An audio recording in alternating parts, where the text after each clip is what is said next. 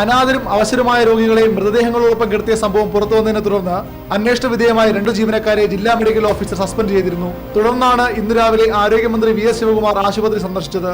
ഇതിനിടെ ആശുപത്രിയിലെത്തിയ മന്ത്രി പ്രതിഷേധം ഭയന്ന് വാർഡ് സന്ദർശിക്കാതെ ആശുപത്രി സൂപ്രണ്ടിന്റെ മുറിയിലിരുന്നു. ശിശുമരണ നിരക്ക് യുഎസിനേക്കാൾ കുറവെന്ന റിപ്പോർട്ട്. ശിശുമരണ നിരക്ക് 5 ആണെന്ന് ഏറ്റവും പുതിയ sample registration system statistical report പുറത്തുവന്നിരിക്കുകയാണ്. ഇന്ത്യയിൽ ഏറ്റവും കുറഞ്ഞ ശിശുമരണ നിരക്കാണിത്. ചരിത്രത്തിലാദ്യമായാണ് ശിശുമരണ നിരക്കിൽ കേരളം വികസിത രാജ്യങ്ങളെക്കാൾ മുന്നിൽ എത്തുന്നത്. സർക്കാർ ആശുപത്രികളിൽ കടുത്ത മരുന്ന് ക്ഷാമം. കാൽസ്യം ഗുളികകൾ മുതൽ ആന്റിബയോട്ടിക്കുകളും ജീവൻ രക്ഷാ മരുന്നുകളും വരെ സർക്കാർ ആശുപത്രികളിൽ കിട്ടാനില്ല. മരുന്നുക്ഷാമം പരിഹരിക്കാൻ കോടികൾ അനുവദിച്ചുവെങ്കിലും ഒന്നും ഫലപ്രദമായില്ല. സ്ത്രീകളുടെയും കുട്ടികളുടെയും ആശുപത്രിയായ തിരുവനന്തപുരം SIT ആശുപത്രിയിലെ ഗൈനക്കോളജി, ശിശുരോഗ വിഭാഗം എന്നിവിടങ്ങളിൽ നിന്നുള്ള കുറിപ്പടിയുമായി മരുന്ന് വാങ്ങാൻ ആശുപത്രി ഫാർമസിയിലെത്തിയപ്പോൾ കിട്ടിയ മറുപടി ഇങ്ങനെ: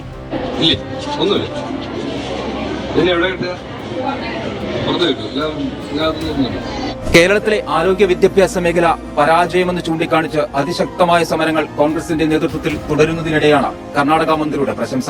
കേരളം രാജ്യത്തിന് തിളങ്ങുന്ന മാതൃകയെന്നായിരുന്നു കോൺഗ്രസ് നേതാവ് കൂടിയായ കൃഷ്ണ ബൈരഗൌഡ പറഞ്ഞത്.